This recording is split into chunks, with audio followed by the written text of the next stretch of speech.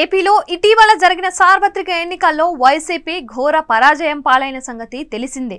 ఆ ఎన్నికల్లో మహా నాయకులు అనుకున్న వారు సైతం ఓటమి పాలైన పరిస్థితి. ఇక పెద్దిరెడ్డి మినహా మంత్రులుగా పనిచేసిన వారంతా ఓటమి చెందారు. ఈ సమయంలో వైసీపీ కీలక నేతల గురించి ఆసక్తికరమైన చర్చలు తెరపైకి వస్తున్నాయి. ఇటీవల జరిగిన సార్వత్రిక ఎన్నికల్లో వైసీపీ ఘోర పరాజయం పాలైన సంగతి తెలిసిందే. ఈ సమయంలో ఆ పార్టీ నేతల గురించిన ఆసక్తికరమైన చర్చలు హల్చల్ చేస్తున్నాయి.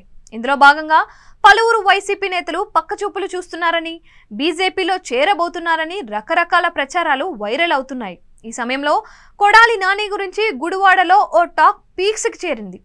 ఇందులో భాగంగా మాజీ మంత్రి కొడాలి నాని రాజకీయాల నుంచి పూర్తిగా తప్పుకోబోతున్నారని, ఇక క్రియాశీల రాజకీయాలకు గుడ్ బై చెప్పబోతున్నారని, వచ్చే ఎన్నికల్లో ఎమ్మెల్యేగా పోటీ చేసే ఆలోచన చేయడం లేదనే టాకు గుడివాడ రాజకీయాల్లో చక్కర్లు కొడుతోంది. అయితే ఆయన ఈ నిర్ణయం తీసుకోవడానికి గల కారణాలు అంటూ ప్రచారం జరుగుతున్నవి మాత్రం విభిన్నంగా ఉన్నాయి. ఇందులో భాగంగా ఆయన ఆరోగ్య కారణాల దృష్ట్యా ఈ నిర్ణయం తీసుకున్నారని కొందరు చెబుతుంటే, ఇటీవల ఎన్నికల్లో ఘోరంగా ఓటమి పాలవడంతో వైరాగ్యం వంటివి వచ్చి ఉంటుంది అని మరికొంతమంది ప్రచారం చేస్తున్నారు.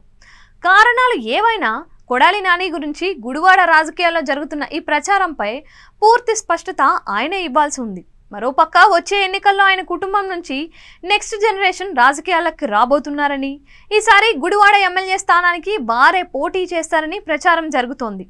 నాని స్పష్టత ఇవ్వాల్సి ఉంది ఈ విషయంపై. కాగా గుడివాడ అసెంబ్లీ నియోజకవర్గం నుంచి 4 సార్లు ఎమ్మెల్యేగా గెలిచిన కొడాలి నాని ఇటీవల వైసీపీ ప్రభుత్వంలో 2.5 ఏళ్ల పాటు ఆంధ్రప్రదేశ్ పౌర సరఫరాల శాఖ మంత్రిగాను పనిచేశారు.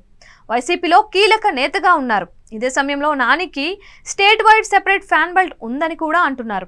ఈ సమయంలో కొడాలి నాని నిజంగానే ఈ తరహా నిర్ణయం తీసుకుంటే అది రాజకీయంగా అసంతృప్తితో కూడా అయి ఉండొచ్చనే చర్చ నడుస్తోంది.